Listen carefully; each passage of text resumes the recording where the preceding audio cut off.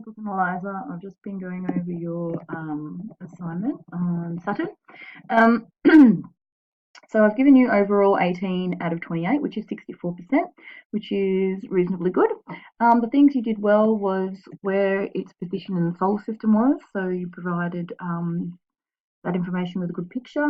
The seasonal information, so because of its axis, it has seasons like Earth does.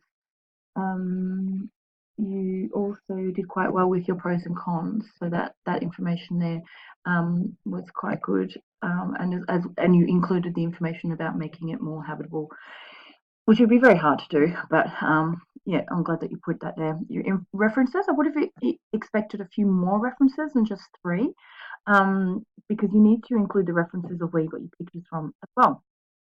Um, Evidence of water.